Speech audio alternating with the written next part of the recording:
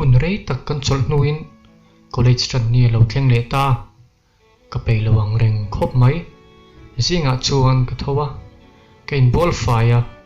chumi nuwa la ngai thawang wanga pe lo em chung chuan kein siam pa boka ke hi zo nun moya kania zo nun tin min ko mai thin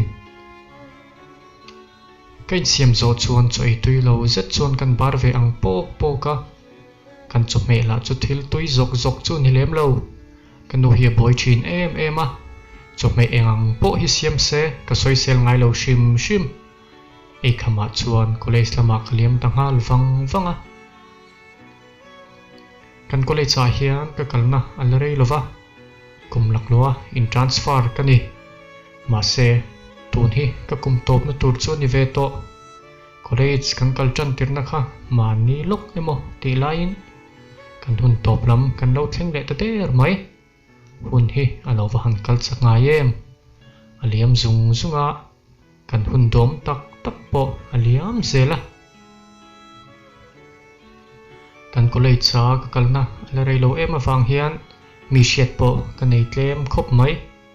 a then phei hi chu ka voi khat mu na ti hi ka nga thin khop mai le ngal ti chuan college chu than tla deuh hluam chung chuan ka vathleng ve ta sama ka ang reng college a hian thian kombik pahnih ka nei ve a ani nen hian kan in zui deuh ber a chang phei chuan kan in zui na sama ma a class han bo zeu chang te hi kan nei le nok thin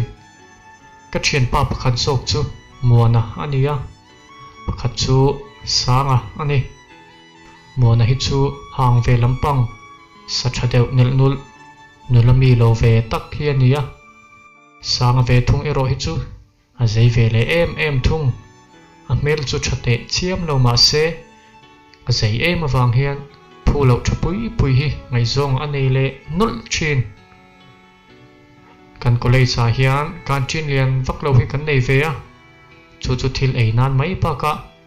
in kom hlim nan hian kan mang na thei khop le ngal zirlai hi chu kan khat deuh muk zel kan chin a chuan kan thian pathum hian class kan la kal peri lo awangin kan chol khomong ria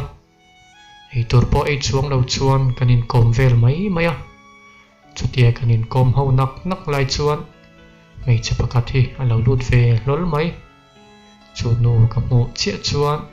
keima hian danglam na mak tak mai hi om tlat a mel chu a tha em a mel fel fai tak pin ponal ve tok tak mai hi ani kan do kan bulloka hian an ron thu ve a kha tok chuan ka va mel le zeu thin ka soi to ang khan kaluna ala rei lo awang hian shiat vak kala nei lova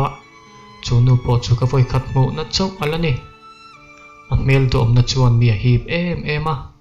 asam sei moi tak te chu ein me hlia chu nu min hlia thei chia hian ka thian pa mo na chu a thua min hlia deuh chang chuan ka mel rum thei khop le ngal rei vak lawa chuan a chuak le ta daya a ruk tak chuan ko i ru hle sang chuan khanu kha lom ka soi chin chu a chelo sin o an ho sa box si a mel tang ringot po khan an million ngoi ke chuan isingai mi shia e lomi ani kha a chelo tak ani ring deuh leng long hian a ron tia kalo ip choi mo na chuan alo kalami kalo mo lo reng karil ruwa so chiar che alo oma aron tile ta ho mai kan nui deuh haka nang la hi i ho thei boxi chang har ve deuh te kalo tia ani po chuan arawa hian ka cheng lo ve ani nui deuh heu chung hian aron tia kan nui tang dara mo na hi chu a che chei lo lutuk hi kan nui zat pur le ka pur hian ni ve shima ma se thian thatak ero zong ani ve thot ani thian ti tan chuan in pe zo tak mi pui she lo tak mi ani a sang ve thung ero hi chu nula a mu to chuan bo dai chiang kha ke ni po nu dewa class lama kan liam ve ngala class lak lai te chuan engdang ma ka ngai to thei to lo lo mi chuan karil ru alwa khat ne khopa zir tir tu te tu soi po shiat mu mal ka nei lo chu tiang chuan kan ni masaber chu ka mang tuan ve ta zaka zana chuan phone ka khoi email mela thian ho hian group kan siam ve a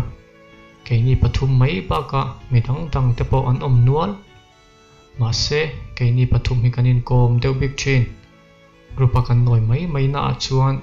vo in chung chang bok chu sang chuan ron soi le ta zo nun vo in kha ka mureng che ania o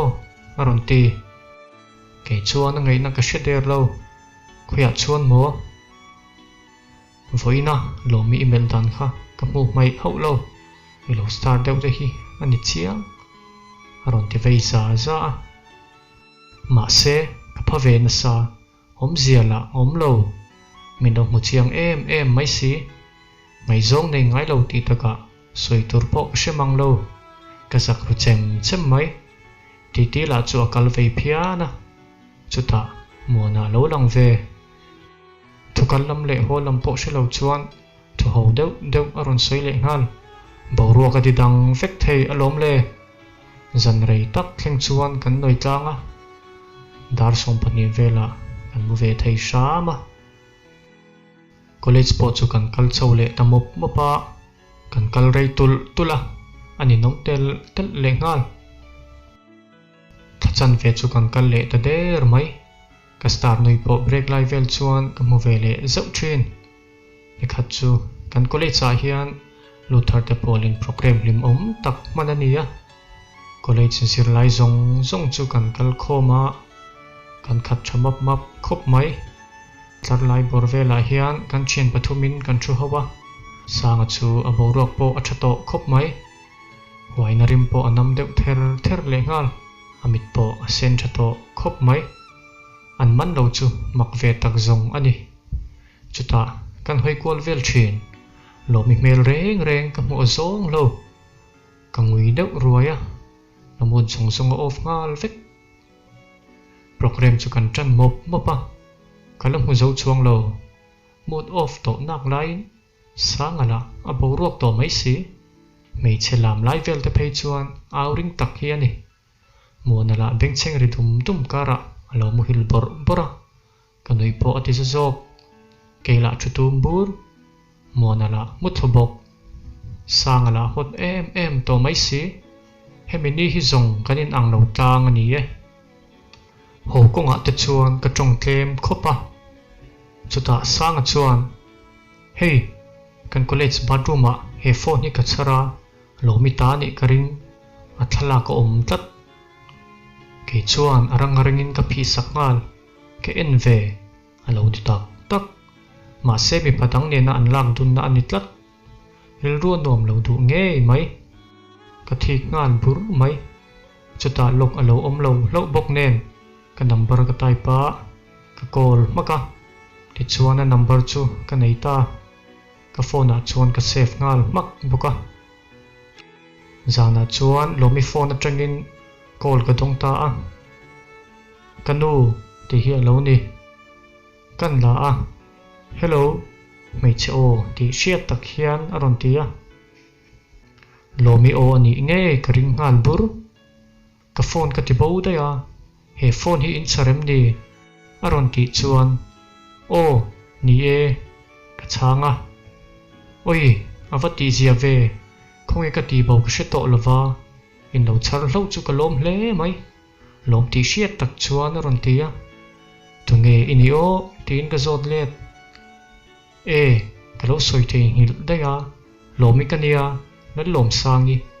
khonga in min lo piret le thei sha mangem in tla chun mail deuh hian aron tia a ola chu anal em mai si ka ngai tla kham lo thei lu tu ke nangma po ka hria che alo college ka ta kala lom kan ni kan tla se ro chu in ang lo ka tia ka lom tak zet rem chang ma sabera kanin mudon nia phur mel fashion hian aron soya ke po ka phur ang reng ole kan tum don nia ti in ka changa kanin mangtha ta a ka om chu anuam veng mai ke ma te in ka lo khile vur zel zung tura kapin dan atang ka chuak chu kalau khideu vur aniang chu kanu chuan boya khivur zel su mi a emo anti mai tur che ania aron tia ka chang lem chuang lo ka zung zo te a ka mu ngal mak ka hel hol te po niang chu muthil po har du khop mai atuk chu weekend ani awangin thotan lama pek chu karil ruk ta a cholit la ya chuan mona te ina kan lenga ufar ala play mai pa chuan kan muwa lomi ngai to wang pa chuan la chu ka ngai thla amuda chena nuam du khop mai ani la chuan milamu ve om mang silova ti te ka ngai to mai maya a phone chu ka hlata ka ta phallo ka omna apia nga ka keng chot mai zelani thotan chu alawin her chuak ta lomi ka mu theina hun tha chu bo pel ka tum hau lo tukdang ang lo takin phur em hian ka in siama ka fai fuk rala kanun ka in siam lai lo mu chuan mak atingang mai engma asoi lo nangin a mera tang chuan ka se thei mai kanui ru deuh tuta chopo ka imang lo kalkonga te chuan ha po ka se to lova ka kal deuh mok to ka hlim ru veng mai college thlen ve le country na ka lut ngala ka thu deuh vanga reivak lawa chuan lomi phone atangin call ka dong le ta duati ti hi alo ni kan pick up a hello kan ti chu rang fashion hian o khongei om hei ka thian nu phone ania lomi chuan a ron tia kei chuan country na ko om ti in ka changa o karun kal ngal ti le phone da chu arwal ngala reivak lawa chuan a ron thling ve mai boka a thian nu nen hian a ron kala kalo murenga a ron chelo em mai le ngal kalam a ron hoilai tak chuan lo au chu ka she dewa wangin ka ban kalo phar kewa lomi chu kalam pan chuan a ron pheya a thian nu chu a ron au phei ngal boka ka dokana chuan a ron thu ve chota hei phone chu o ti pa in ka pe ngala ka lom lu tu kania lo om lo phei lang chuan ka mu let le po ka ring to lo ti in nui sang chung hian mi ron bia a ke chuan ke po ka lo me ka ti maya han biak vak ngai na po ka shelo chuta hi ami do ti chu ka han ti chuan o ni e ka thian kom ngai em do ti ani hi nui deuh sang chung hian a ron tia anui mel mu ringot po ka tan chuan nuam veng lomi chuan ka ming min zota zo nu nakania ti te in ka changa ani zo nun kalna turte kala nei sia ka kalmaya nge ti pa in miron bye ya kan bye let ve sakani kha ka om hian nuam ro veng mai chumini atang chuan lomi ka ngai chu azuak tela mulawa om chu ka tan thil har satak alo ni ta college po chu kan kal riku chho to viawa karlova exam po nai le war to sankat chu a number ka nei khamo ti in ka va beve thuaya ma se chana ka donglo kalil ru chu anwal pha khop mai college chala in mu hi a khat thin bok nen mule hun ringot chu karil ruwa a oma hun la hian mi nga reng atum lo emoti mai turani akal chak khopa zir lai po kan zir chak khop le ngal kan kal don chau emo ti nak lain kan exam hun po ka lova alo thleng le tareng mai lomi karil ru om reng chung chuan exam chu kan ma chon ve popa chan that po har du khop mai kan han exam chho tamop mopa kan exam nun bernia chuan mona nen hian kan thuduna mona la hi chanmu malpo omlova zirpei lo ve top chi hi ania kabula ron ti zuwa pa chuan zonun minchil vero o ni sana engma ka zirlo kalo mu thudeya ron ti za han fel em photla kala shil ve mai thei che ni kan ti fiam vela na min sil ve nge nge ro al ron ti sha ma kan nui po ati zazok exam lai ta chuan mo na chu a hoi vul renga ka shil thadu der box silo a ma bera kan thule ngal a pen mor te chu aner reflecto a dar kar khan velan thut ve wang nu chuan a tho vuta a submit ta daya tinge iwa submit ma ve I chang zo hmana mi tian lo zo chuan o ka chang ma alo hala ti ham zui exam hall a chuan kan nui deuh haka mo na po chu chuak ta dei kei po chu ka zo ve thuaya ka chuaka ka phone chu ka han en call vel mai maya message pakhat hi alo om nol mai kan en chian nak chuan lo mi message su lo ni rengin kan chiara ka chi don che kha o lo thei mi lange I zo ve le kan chi na local ro ti hi alo ni arangin ka kal ngal kal ko nga chuan sanga chuan min lo mu zo nun khongei kal don ti in min lo zo ta kan tei call vel mai ange ti in ka chang tar ngota karil ru chu ahlim ani ka mi che pangai em ne na tangin text kan dong ha zok chu ania ka voi khan don na ni poka ka thiam lo zok kan tin chu ka vatlenga lo mi chu alo fil diam to min mo vele min lo aw vat ka phei ngala I thiam em tin min lo zota a teu lo mai chana loi po ka nei lo koi lo a thiam thei lu tu an ti chekha soitur ka shet lo wangin ka ngoi ta renga lo mi chu anoi bok ka lo en renga chuta engei ei chaka ka lo trin don chenia I fill box sia ron ti phei chon ka lai chep le ngal ei chak em po ka nei lo I du ani mai kan tia ani le ti pa in thil tui deuh mai hi acha kan ei dun ta a hemenia kan thil ei dun hi ka thil ei to zonga thil tui ber ani hial theyang chu hun po liam zela lomi den po kanin nelin kanin po to khop maya ma se han biaka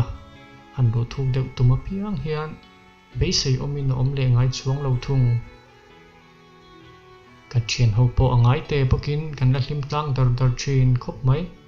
sanga la ala noi tluang zela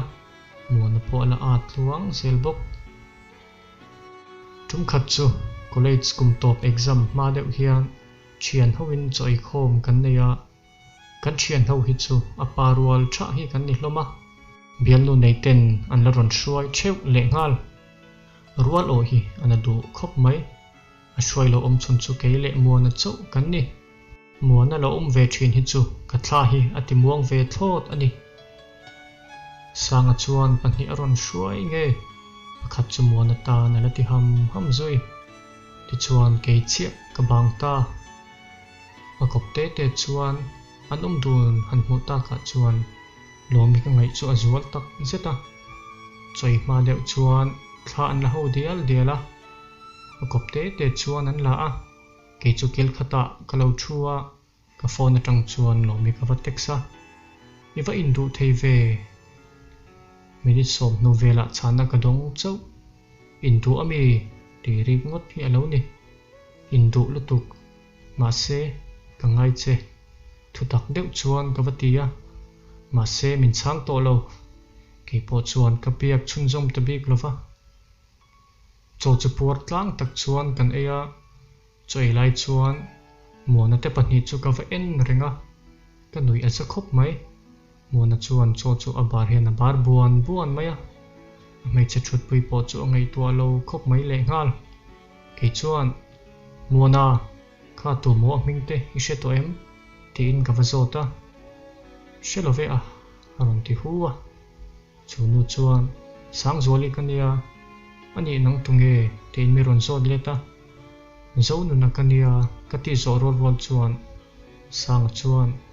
ala singalania o aron ti chun zom zata wana po chuan ke vur pa hian ani hi chuan min chhun te ania aron la ti shama sang zual chu anui deuh saka min ron mel pa chuan ani mo nui deuh pa chuan ron tia keia lai ma chi ti taka kalo lai chelo chawani midang ho la chu a phut phura an ron tang min lo fiam hlom dar dara sang zual chuan min la mel reng tho karil ru te chuan min du tak takem ni le ka tiril ru neu newa hemi zana sang zual in na kanin tong hi apoyang ti reng ka shephak lo zinga chuan ka thowa ka tho chu anuam lo khop mai lomin ni zana min chan du lo wang te po aniam chu min han be tha ve dewa kan dom ve to te reng nen hete in du le dai a chin thin awang hian karil ru po ana thin khopa tilan ero ka tilangai chuang lo kanu chuan boya tukin chu han me chak deuh te in ayem ti in min zota ei chak pok nei lo ka tiliam maya ni chuan artui hi kang mayang o ole ti bakin ka chang pe lo hemi to khi chu ka choi po tui lo khop mai kan kum top exam hun tur po kar khat vel chawin min dal to a zirmu mal la chu kala nei lo ril ru la zir lai lam a ha thei box si lo lomi chu ka vei bur mai ani min vei ve ta kang mo ti in karil ru chu a in sual le thin a chang phei chuan ban san dai mai te ka dua ma se ka mangai nei masak ve ber ania ban san chu thil har sa top khok ani to tlaya chuan sang ate ina mona nen kan kala alo la noi em zui sang chuan zonun thil thadeu ka hriani o min ron tia eng thil nge ni ta nula pokami te in kan zot vela oni e ivan chi thei em por deuh leng long hian ron tia chuta ti hian min shel ta a ni zana ka thian nu sang zuali kai hriat ro kanu khan i number min ron dila khideu vur hian ron tia chu ve le mona chuan lak big ve ti khan lo ti ru ke chukan muteng ti le mut chu arwal mala sang chuan lo chang char ro aron be mayang che mit kau san eu pa hian ron tia a ho e mai khoi mo kalong ve don katia mut pa chuan kan ti chun zom da zela mona chu alo nar fel le diam to reilo te a kan mu hil hlom da diala kan exam a ngai to fa nge ni phun chu akal chak em a kan exam hun tur po kar lova alo thleng le ta thua ya exam tur po ka thiam lo khopa lomi biak po chu ka chol san ri ta wanga ma se entik lai pon biak chak na in ka khat ka in sum ve mai po chu mak ka ti zok hi ala lomi hi chuan ke ni ang mai hi chu min du kring do sa bura min chan than tu lo dana hian anem nget le zual ka ti le neu thin ma se leng dang changa be turatan chuan ka phal thei lo ani kan exam zone chuan lomi chu kan china ka mule ta lul mai ani po chuan min mu rualin min lo awa bula chuan ka va thu veya kan ti dun tamol mola exam i thiam em ti in ka zota thiam lo lutuk ka paspo ka ring lo ka zir tha lo lutka min enkar chung chuan atia zir tha tur che lom nia chung ko lama boina neu kan neya zir har khop mai ti in him mel puvak lo chung chuan min changa thil ei pa chuan kan ti chun zom tamol mola lomi hi chu ka vei ve thlot ani hetia mun le huna in pe hi chuan mi a chang tha em chin box si ma se phone la mala the me ang mak ani loi si ka hre thiam theilo ani exam po chu kan zo fel to a ril ru po azalen to deu ma se ka tan chuan lomi hmu na hun na tlem sot ti na ania lomi kim tak lo zan khat chu ka number hriat ngai lo hnen atang hian text ka dong nul mai atir chuan ka en lok lova a hnu dewa chuan ka en le ta thawa atir chuan ka she mai lo ma se tunge ani kan zo chuan sang zuali kania sang thian nu kha karon bia che hi apoi viawem ron ti ta ka chuan ka she chuak ta hlul mai poilo ve ti te hian ka changa atong du khop le ngal biak la chu anuam phiana zan rei tak thleng chuan kan in bia a kar laka lomi biak chu ka thul chuang lo sang zuali chuan min ron be ve ta zeu zewa ma se lomi tan chuan karin ve tlat thum kanula ni lo ma se rinom tat don ka ti ve tlata Sunday tum khat chu kan ti thin ngai bokin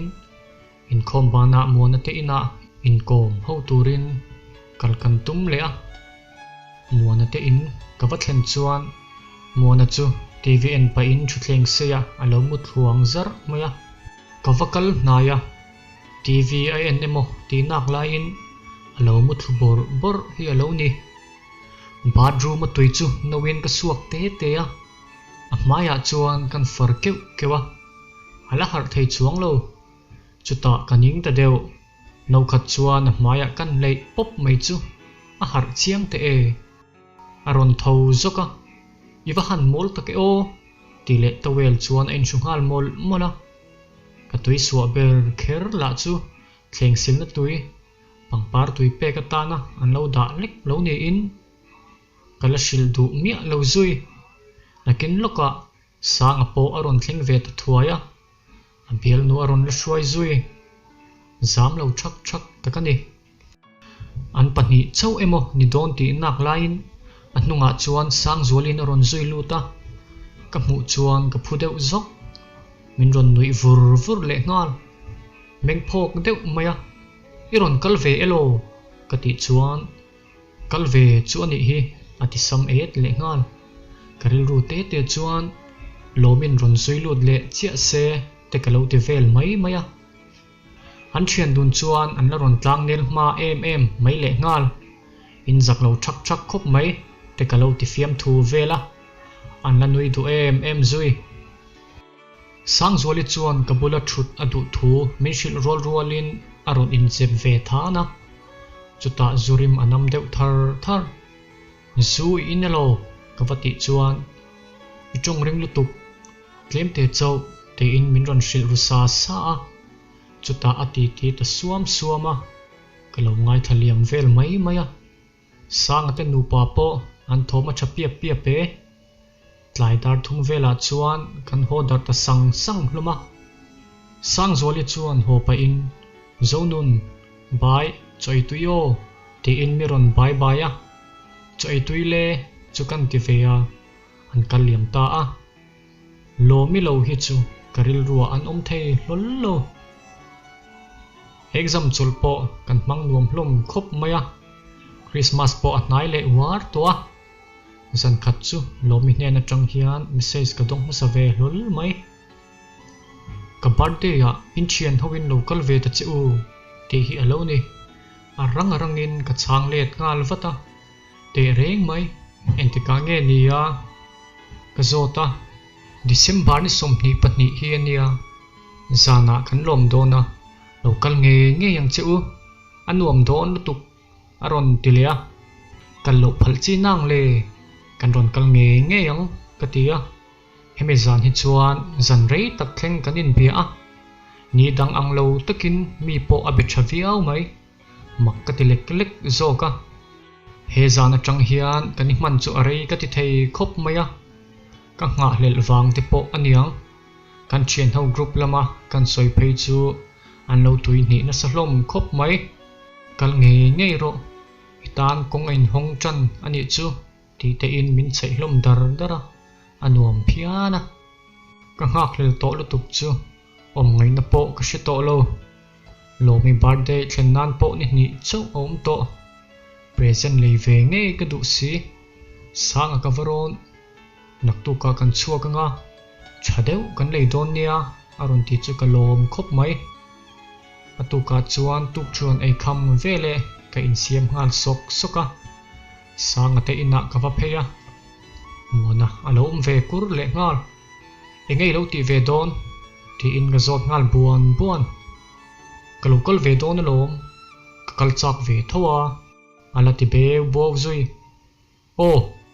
ma se che ho lo la thu nei mel deuh chuan kan ti khum vela a oila chu oi phiang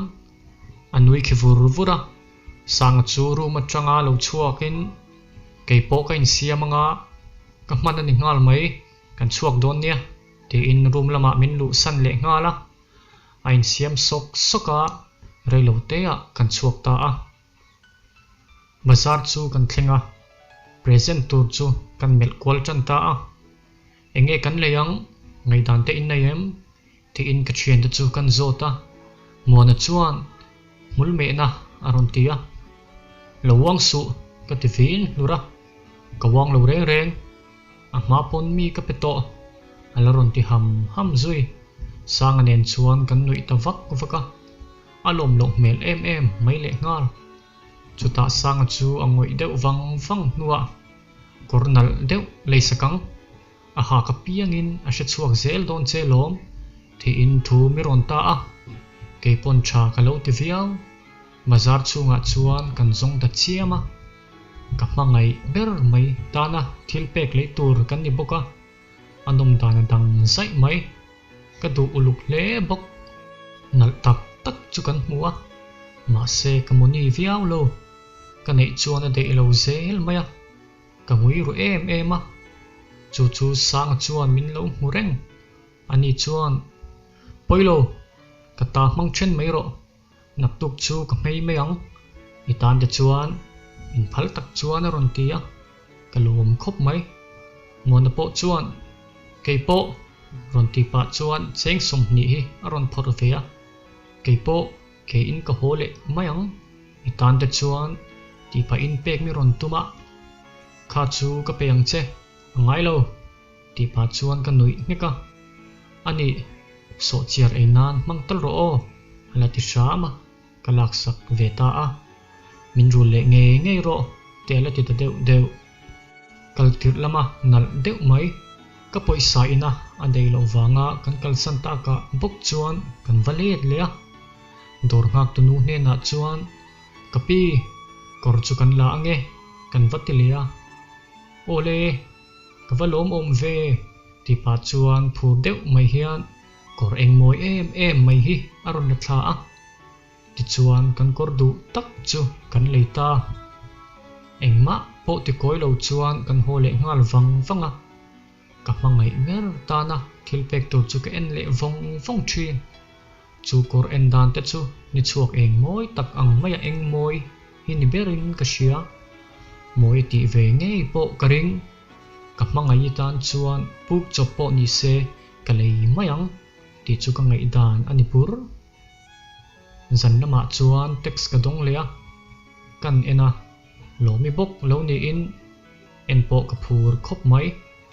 nak tuk zan chu thengil oi mi lo hiron tia te re eng mai ka chak to lutuk ti in ka va changa kanin be chun zom ta zela karla ka chuan tinge mi va in du thei ve ma zong khan tia ka va zo chuan nak tu ka kala shil ve kang che local phot mai ro bin shil nge ro o be sei nei deuh chung chuan ka va changa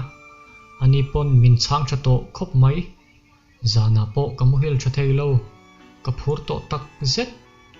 jing lo in her chua hun chu ka ngak le ani atok jing chu alo thleng ta jing tho po anuamin zang khai khop maya khwa chu athiang kak maya jing ni chuak te chu ni dang ai na moi bi kriawa shian te ka nei tlata ka tho ve le ka phone kala a lomi ka vawis ngal ruma changa ka chuak te chu kal hi azang ve mai ani chun lama ala sanganen mona te in lama kalin zanin program lamte chu kan rel fela ka ngak le to tak zet zanria ei kam chuan rang takin ka in siam ngal sok soka ka kal don chuan ka nu chuan kha hei I present turi thei ngil don ti pa chuan min ron awa ka thei ngil man chep ani apoi man chep muan te ina bok chuan ka din nga khom le a sang ala chu aron rei pian nga pa chuan lo minen kan in bia a kan ron kal chep ania o tia ka vathon chuan o a that na sat chu ron man mo ula ti in min changa karlova sang po ron thleng ve ta a kan kal thei ta ka chak na le ka hupur na chu in tluk reng mu le hlan chu ka ngak lel ma se ka zak ve deuh boxi a thian te an tam om boxi a ti te ka ngai tua neu newa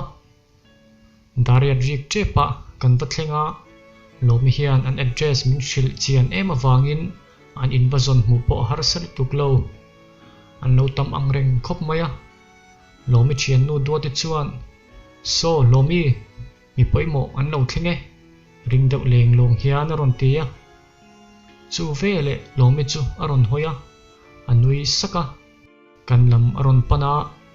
local ru in lo thleng thei mo thi in thut na mun tur te min lo ko mu ngala ke chuan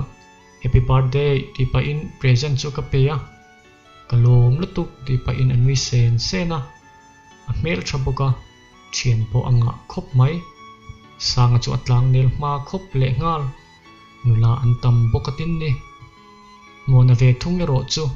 ei tur free ti ni om tak hian a rem chu ei cheu to maya a puar viau po karing lomi nu le pa po chu an fel khop mai an zau em a lomi thian te local chu fiamin an lo be thachin khop maya akal tur zong chu an kim to khat ta mo tia chuan lomi chuan le kan kim to hlom boka kek zein hun mang tong uo kan zawaya sheta chuan aron tia kan ho tang dar lomi nu chuan kek chu to ka na aron chop chuaka lai kha ti thim ula chan to ang ule ring tak chuan aron tia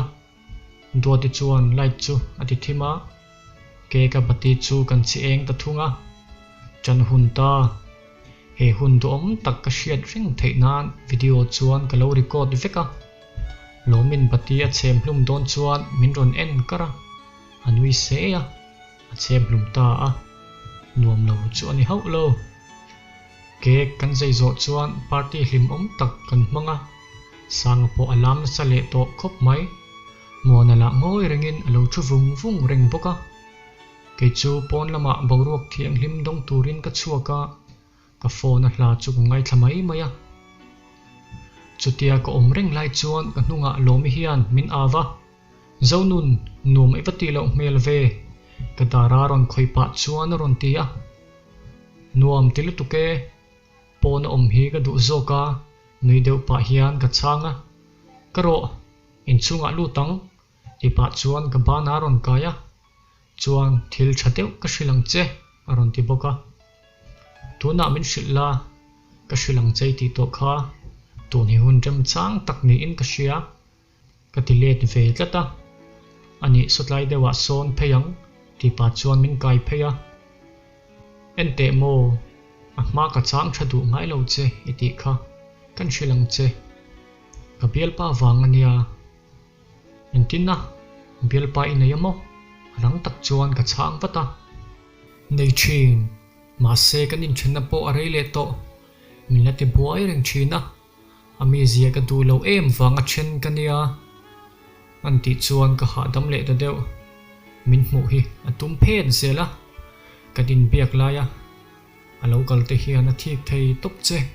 beto su hi ati tlat china chutia min shilta ka chuan ente lomi ke po hian mo biak che ka chak thei tak zet ka mu tir tang che khan mo ka du to che ami ta en kar pa chuan ka shila min en kar chungin angoi te uwanga ti hian aron soita a ente ke pon mo ka phone bo min pek kir ni atang to khan karil ruwa I om reng to alom ma se ka tilang ngam lok lowa ama a khalo than uluk lo awang khan ka film khur to khop mai ishelo mai theya kalo en tharu reng fo thin che lom atir chuan I thian pa sang hi anoi ve thin em awang le in zuina satlom em awang hian ama ang tura kalo ngai thin chea ka chan lok ngam lo na chepo kha ania ma se ka hre chiang tel chea imi zedik tak po ka hre chho zela ka mu chua tak chu nang himi fel tak le mangai nanga tak ini ti hi ka huai ve ta dewa ka du ngam ve ta deuh chea tu na phei chuan mo min hne to tak set izuna hian ka wai chu ni ta perin ka shia o keipon ka du che tia min ron chan na chu ngai thla ka vahan nom tak em ka bei sei lo lutuk le rin lo tak maya chu tia min lo du ve reng chu makpo ka ti zok chu ta zonun zoi sap hian min kawa min ko pa chuan min ron kwa keipon ka kwa let ve kadin kwa ta wanga karo in chunga lu tang ti pa chuan ka kai lu ta a in chung kan lu don chuan akutala thla a ka zak midagin min hmu ang ati tlata thek tu an tam gotang ti in ka kai lui tlata mona chuan kan rod lai chu min lo hmureng min lo thumbs up zewa sanga va signal thla te kha min lak ruk sakin ka shia hemizan set zong katan va deina zana ni ringot kut ruak maya kalkha mangai tu thinlung nen ka hodon reng mai khovela mi va nei ber kani ka in ti hial he zan hun dom tak hi katan chuan thengil the ani to lovang hemi nuwa tang hian lomi nen chuan kanin zui ve tarenga kanin ngain kanin thlel ema in biak lo lai hi kan nei lo ti thei khup ani an bial pahlui po chuan ati poi zui to lova thik chu min thik thei khopin ka shia hemi kumbik na chu Christmas po ka mang nuam khop mai kumdanga ka man ayin nuam daya achan po man pui tur me che mel chale do em lomi ka nei to tlat kumdanga aparwala mang reng chin ha nula bulak mang kalo ni veta ka chien te la hian mi chei hi an la ban san thelo min hmu dun to hi chuan mi hi an chei ngei hi ani ber ma se ngaya ka nei ve to kumhlui thla na le kum thar po nuam thei takani lomi chien te po chuan min nel to khopa chan spek la an thiam lomi ne na kadin zui tang nu hian a mel thatna chu azwal tel emoti mai turani ani tel hian a chatul tul maya kadin thalel thin khopa Christmas le kumthar an chiaka college tran ma deuh si chuan lomi chu a pi te kholama zin turin a chung te chuan an tia a hre ang reng kabula om reng mai chu adua ma se a thei reng lo chang po o omang ti chu kan hre ve a pi hi andam lo na sakhop maya han kana boy som turakal ani akal ma zan chuan min lo kola zonun kan ina lo pheite ka ngai tuk che ti in anina leng tur chuan min ron soma nial ka tum than lo ka in siam sok soka ka chuak ngal vata ka vatlen chuan anina po ka lu ma me win po na lo ding renga zonun heta local ro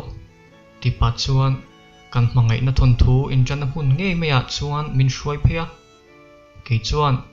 in thil nge ni ta thi in ka sota ani chuan mi ron kwa ka ngai ngotang che min ron bereng thin ro ti pa chuan min la kwa reng ke chuan I han kal sok ringot don alom kanin mole thuayang ti in ka changa chupo ni se katan chuan rail tuk kanin mu lo hun chung ni khat lek po hi arei ka ti thin muang ban deuh chap hian a ron tia chuta min kona ban chu kala thla a khabea ka dum kanga a hmuya chuan duat takin ka fop ta vonga a kham lo khop mai atuk zing ma taka chuan an chuan hun tur counter thleng chuan ka vatla ti chuan kalliam ta ani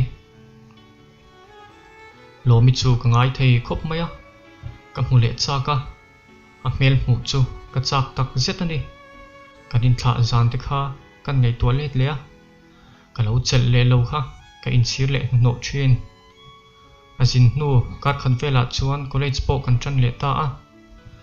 lomi ron la holo awang chuan ka thian ta pahnih sang le muana nen chuan angai te bukin kan in zui le chota ni khat chu college kota kan thut ho lai hian lomi thian nu do te hi kan bula ron thu ve a ka bula chuan lomi chu ngai em noi deuh sang chung hian mi ron zota ngai ve bokong chu kan in bereng zela lom ti in do ti chu ka shila lomi pon angai khop mai che a soina sa thei lutuk che a aron tia ka thian te pahnih chuan an lo tui ni ve ngal chata chemi hnuwa kan pali chuan kan trin lama kan phei le ta zoka lomi chuan a chan chin min ron hril ve reng thina a pipo adam to lutuk thu te min hril thin ke pon ka ngai thu ga lo hril ve thina a pi dam ve le a lo ho tur thu min hril mun thei khop mai min mu po achak to lutuk ke pon mu ka chak ti chu ze bro la ni lo kami zia atang pon mu thei hial ni te chu liam ve zela ka khat don chu a lo liam ve le ta reng mai a lo mi po ka mu lo rei ta e zan khat chu lo mi nen kan in belea hey zonun surprise thadeu ka shiani o aron tia ke chuan han soila kan ti chuan kar le hian ka ron hodona mi lo huak ngei ngei ro o ti thu mi ron shila ka ba han phurin ka ba han lom te reng em hun rei tak nuwa lomi chu kan hule don to chuania karil ruwa chuan lomi nen kan dun le anga kan sel dan tur nen ka lo suang tu ngal char chara chuta kan thu po aril sot khop mai lomi chuan zonun ka ngai thei khop mai che itel lova hi chuan ni po arei du khop asin keipon ngai lo lai che ka nei lo reng reng ni kum Christmas kan man te kha ka ngai thei khop mai i lo let le hun chau hi asin ka nga lel ni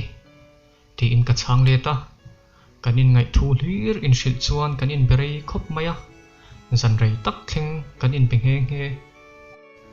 lomi ne na kan hlim dun viau lai hian sang zoli chuan min la ron be ve reng thowa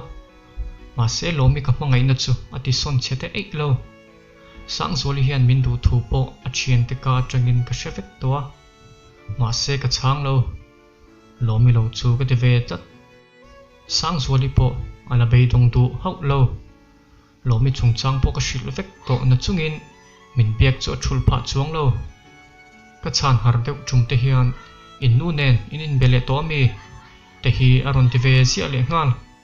kan in deuh chang hi chuan ka chang thadu lo thina a thin rim chang po atam lomin aron ho hun tura soini ma che chuan sang ate ina kan in kom khoma sang po kum tharani to wange anoi le ri to lo wanga muana ero azingai ala chun zom zela kan hlim tang khop mai kan nui bok lai chuan naktuka lomi aron hodon sin a hmona local ve ta chu kan ti chuan an lo o rang khop mai muana chu thil poi mo deuh soi tur ni om tak hian aron ding hloya chuta min ron en ang deuh ko ka som ni pat ka min ron betoro i parei to lutuk aron ti ta heu mai kaparal don kan ti chuan ngai dan ala ni lo na sa em mai le ngal sang chuan tunge bidang kal ve don nula chelo deuh kal tur ten om ve em ti in mi ron zot duati kal ve don kan ti fiam vela na chin thei e kalo kal ve lo mai ang ala ti zui chuta sang hne na chuan local nge ngei ro alo holom na min chiet vek don kan ti chuan mona beng alo ver ta zak mai ke chu kal don mai phallo aron ti khi vura sang chuan enge ei chaka tia monan zo chuan so chiar ala ti ham zui kan nui taringota atu kalo thlen chuan ka phur khop mai kanu chuan boya entik fela ngei kal don ti in min zota dar khata lo thleng turang chuan a in soya chumi ma deuh chuan aniang lo minu po atel ve don kha phur ti hriat to tak hian ka changa kanu chuan achat na sat chu karon kal ve man ta si lova lomi chu min lo biak nge don nia lim mel pusang hian ron tia te reng mai ei tur khai lo siam cheu don nia kati chuan inga tan mo khualian kan nei don alom ti rengotin ka changa aba ka soi chun zom du mia lova achan po lomi kan ina alo len tumwang vek mole dar som pakhat vela chuan kan thian pathumin lomi te in lama kan pheita a lomi nu po alo phur to khop mai in lo thleng thei mo lo thuro u thingpui kan siamang cheu ti in chaukalama min pheisan ta a ke chuan thingpui po in lova kal thuai mai chu ka duwa lomi mo hun ringot ba karil ruwa thelo chuta phone call ka dong hlo mai kan changa lomi chuan hello aron te o kan shele shim te chu hlim na vor to pian min tuam vel ani ber lomi chuan kan ron thling tre pania min lo ngak chang ro aron tia ka hlimani te chu soyangai lo ka mela alang vek ka thian te chuan kan in biak lai te chuan angai to lutuk che zana po chap zia lom te no ti fiam vela in ho lutuk ti pa chuan ka mel shok loma mona ron chong le chu kaning ta deu at khuma chuan ka beng ri foka phone chu ka da ta a nakin loka chuan lomi nu po thingpui nen aron kala kha in zola kan chuak ngal don nia aron tia kalo pan ngal voi le khata ka tlak ngal popa min nui ta dara hemin nu dar kar chan ve lan liam le meu chuan counter lama kan fel diam to a kha tok chuan sana ka mel le zeu thin rei ka ti khop mai sumo lo kala piang chu ani nge ni lo ti in ka bi uluk thei khop maya ato pa chuan lomi chuan na motor ngei chu aron thleng ta ama ka mu rol chuan ka thin phu chu arang dup khop mai lomi chu aron chuaka am birthday ka pek kor eng moi em mai chu aron ha a avahan in me tak em min ron ena anu lampo angai to lo aron tlan pheya mi ron kwa ta chat mai zonun ka ngai lu tuk che ka mule che hi ka vahan lom tak em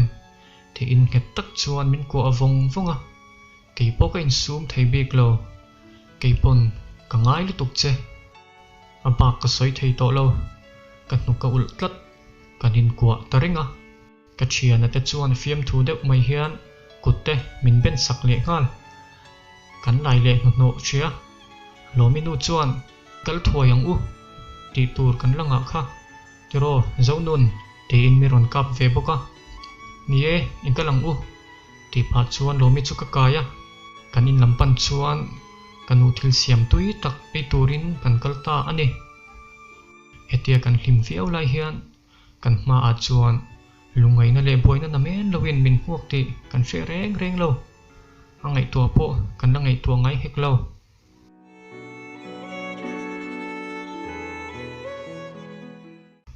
ole tu na tan chuan khati zong kan ni phot ri se